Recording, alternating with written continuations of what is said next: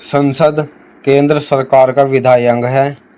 संसदीय प्रणाली, जिसे सरकार का वेस्टमिंस्टर मॉडल भी कहते हैं, अपनाने के कारण भारतीय लोकतांत्रिक व्यवस्था में संसद एक विशिष्ट व केंद्रीय स्थान रखती है।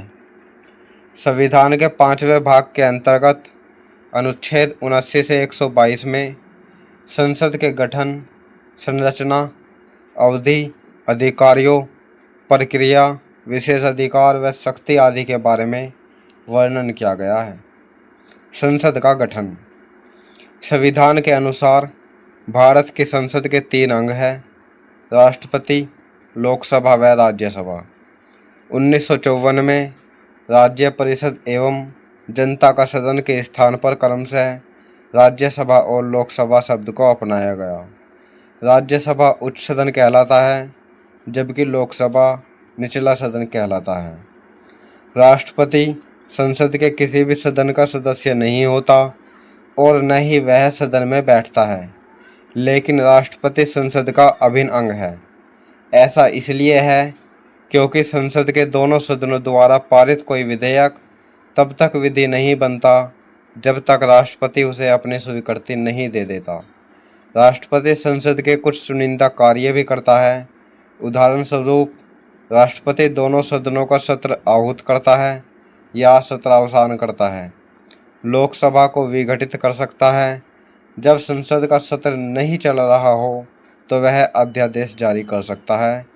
इस तरह के कार्य भी राष्ट्रपति द्वारा किए जा सकते हैं। राज्यसभा की संरचना। राज्यसभा की अधिकतम संख्या 250 निर्धारित की गई है। इनमें से 238 सदस्य राज्यों एवं संघ राज्य क्षेत्रों के प्रतिनिधि निर्वाचित होंगे, जबकि 12 सदस्य राष्ट्रपति द्वारा मनोनीत किए जाएंगे। वर्तमान में राज्यसभा में 245 सदस्य हैं।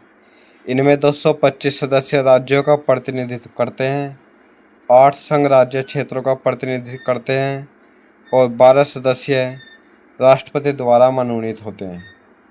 संविधान की 4थी अनुसूची में राज्यसभा के लिए राज्यों एवं संघ राज्य क्षेत्रों में सीटों का आवंटन का वर्णन किया गया है। लोकसभा की संरचना। लोकसभा की अधिकतम संख्या 552 निर्धारित की गई है। इनमें से 530 राज्यों के प्रतिनिधि, 20 संघ राज्य क्षेत्रों के प्रतिनिधि होते हैं।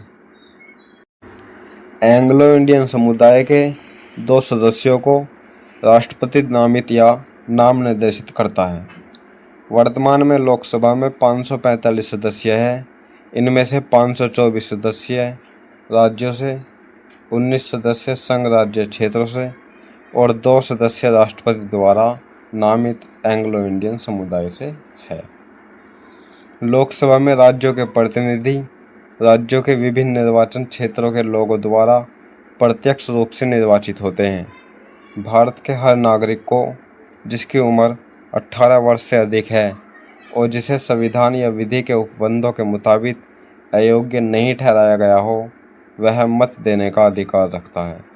61वें संविधान संशोधन अधिनियम 1988 द्वारा मत देने की आयु सीमा को 21 वर्ष से 18 वर्ष कर दिया गया।